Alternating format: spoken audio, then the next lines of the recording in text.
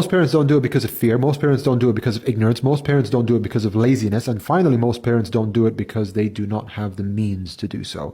And that group I sympathize with. That's the only group I sympathize with. Those who do not have the means, where both parents, or if it's a single parent home, they have to work to provide an income to cover their basic expenses, rent, food, etc. Then in those cases, subhanAllah, may Allah grant them the strength, grant them the courage, grant them the wisdom, grant them the ability to take care of their children as best they can. And may Allah take care of their children for them. But the other three groups, the ones who are lazy, the ones who are afraid, and the ones who are ignorant and selfish, those ones I do not sympathize with whatsoever. This is on you.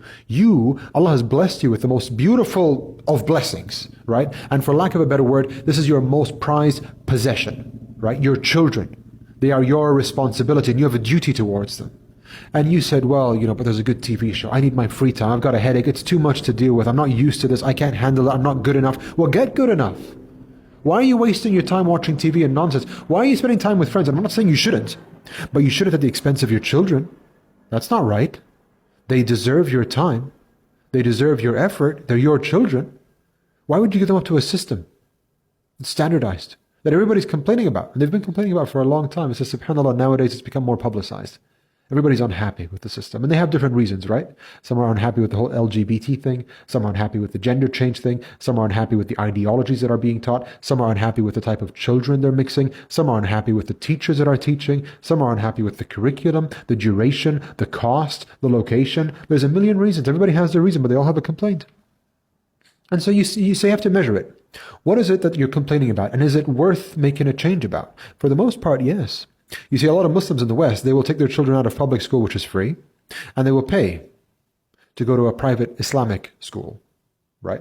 Even then, they will still have some complaints. And of course, رضا الناس غاية لا تدرك, which roughly translates as to please people is something you can never attain, right? It's not possible. Everybody's going to complain about something, and I understand that. But it's up to us individually to understand what it is we need to provide our children with, and are we doing everything within our capability as best we can to get that done for them?